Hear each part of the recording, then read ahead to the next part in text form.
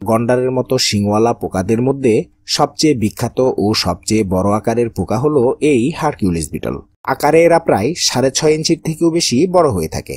এদের দেহের অর্ধেক জুড়েই একটি বিশাল আকৃতির শিং থাকে। হ্যালো বন্ধুরা, রহস্য বিচিত্রার আরও একটি নতুন ভিডিওতে স্বাগতম। বন্ধুরা, এই বৈচিত্র্যময় পৃথিবীতে জীবজগতের একটি বড় অংশ নানা রকম পোকামাকড়রাই দখল করে আছে। এই পোকা ব্যাপারটি অনেকের কাছে একটি আতঙ্কের বিষয়। কিলবিল করতে থাকা পোকা দেখলে কার না ভয় লাগে। আমাদের মাঝে অনেকেই এমন আছেন যারা ছোট্ট একটি তেলাপোকা দেখলেই ভয়ে লাফিয়ে ওঠেন। আর সেই পোকার আকার যদি আপনার হাতের তালুর সমান হয় কিংবা প্রায় 1 হাত লম্বা হয় তাহলে কেমন হবে বলুন তো? হ্যাঁ বন্ধুরা, পৃথিবীতে এমন অনেক পোকা আছে যারা আকারে স্বাভাবিক পোকার চেয়ে অনেক বড় আর দেখতেও বেশ ভয়ঙ্কর। আর এসব পোকা দেখে চমকে উঠবে না এমন মানুষই পৃথিবীতে পাওয়া দুষ্কর। তেমনই কিছু ভয়াল দর্শন পোকা নিয়ে আমাদের আজকের আয়োজন। চলুন বন্ধুরা, ভিডিওটি শুরু করা যাক। বন্ধুরা, ভিডিওর শুরুতেই যে পোকাটিকে নিয়ে কথা বলবো তার নাম হলো জায়ান্ট স্টিক ইনসেক্ট। এখনো পর্যন্ত খুঁজে পাওয়া বিশ্বের সবচেয়ে বড় পোকা হলো বিশাল লাঠি আকৃতির এই জায়ান্ট স্টিক ইনসেক্ট। দেখতে গাছের ডালের মতো উদ্ভট এই পোকাগুলো খুব সহজেই গাছের ডালপালা ও পাতার আড়ালে নিজেদের লুকিয়ে রাখতে পারে। এরা সাধারণত নিশাচর হয়ে থাকে। দিনের বেলা এরা গাছের পাতার আড়ালে লুকিয়ে থাকলেও রাত হলেই বেরিয়ে পড়ে খাদ্যের সন্ধানে।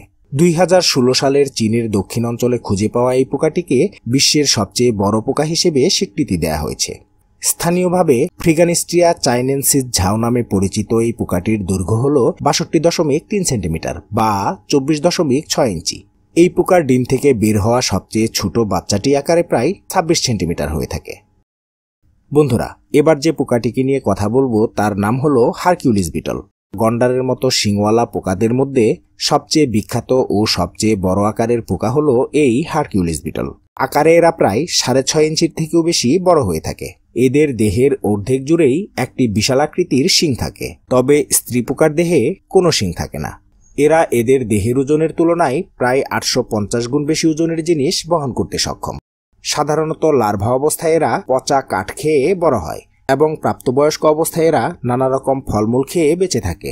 দেখতে ভয়ঙ্কর হলেও এরা মোটামুটি শান্ত স্বভাবের হয়ে থাকে। রেইন ফরেস্টের কিছু আদিবাসী শিশুরা কুকুর বিড়াল পোষার মতো করে এই পোকাকেও পুষে থাকে। বন্ধুরা, এবারে পানিতে বাস করা এক বিশেষ প্রকারের দানবীয় পোকা নিয়ে আলোচনা করা যাক। বিশাল আকৃতির এই দানবীয় পানির পোকাগুলো সাধারণত টুবাইটার বা এলিগেটর টিক নামেই বেশি পরিচিত। আকারের দিক দিয়ে এরা পৃথিবীর অন্য যে কোনো বড় পোকাকে টেক্কা দিতে পারে। সাধারণত এই পোকাগুলো লম্বায় প্রায় 4 ইঞ্চির মতো বড় হয়ে থাকে। জলের স্রোত ও পুকুরে বাস করা এই পোকাগুলো খুবই ক্ষুধার্ত স্বভাবের হয়ে থাকে। এদের মুখের সামনের দিকে বিশাল আকারের সাঁড়াশি রয়েছে। এই সাঁড়াশি দিয়ে এরা যন্ত্রণাদায়ক কামড়ও দিতে পারে। এরা শিকার ধরে ধারালো ঠোঁটের সাহায্যে বিষাক্ত পাচক রস শিকারের শরীরে ঢুকিয়ে দেয়, ফলে কয়েক মিনিট পরেই শিকারটি খাদ্যে পরিণত হয়। তবে দেখতে বিদঘুটে হলেও থাইল্যান্ডে এই পানির বিশালাকার পোকাগুলো মজাদার খাদ্য হিসেবে প্রচলিত এবং বিশেষভাবে এদেরকে চাষও করা হয়। এবার টাইটান বিটল নামের আরেকটি বিদঘুটে ও দৈত্যাকার পোকার দিকে দৃষ্টিপাত করা যাক।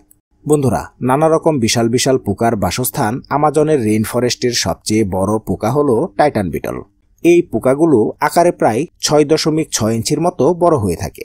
দানবাকৃতির এই পোকাটির একটি বিশাল আকারের চোয়াল তথা ম্যান্ডিবল রয়েছে, যা দিয়ে এরা একটা আস্ত পেন্সিলকে 2 ভাগে ভেঙে ফেলতে পারে। রেগে গেলে এরা জুড়ে জুড়ে হিসিস শব্দ করে থাকে। তাছাড়া কামড়ে মানুষের মাংসও তুলে নিতে এরা বেশ পটু হয়ে থাকে। বন্ধুরা, এবারে অ্যাটলাস মথ নামের আরও একটি বড় আকৃতির পোকার আলোচনা দিয়ে ভিডিওটি শেষ করব।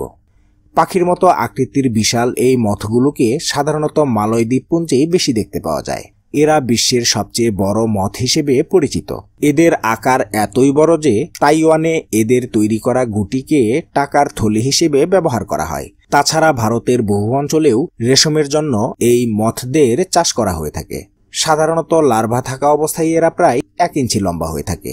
আর পূর্ণাঙ্গ পোকার ক্ষেত্রে ডানা গোটানো অবস্থায় এদের আকার হয়ে থাকে প্রায় 60 বর্গ ইঞ্চি এবং ডানা মেলা অবস্থায় এদের দৈর্ঘ্য কমপক্ষে 1 ফুট বা এর চেয়েও কিছুটা বড় হয়ে থাকে। তো বন্ধুরা, আজকের ভিডিওটি এই পর্যন্তই। ভিডিওটি আপনাদের কাছে কেমন লাগলো তা অবশ্যই কমেন্টে লিখে জানাবেন। ভালো লাগলে অবশ্যই একটি লাইক দিবেন আর চ্যানেলটিকে সাবস্ক্রাইব করে পাশে থাকা বেল আইকনটি টিপে দেওয়ার অনুরোধ তো থাকলোই। কথা হবে পরবর্তী ভিডিওতে। ভালো থাকবেন সবাই, ধন্যবাদ।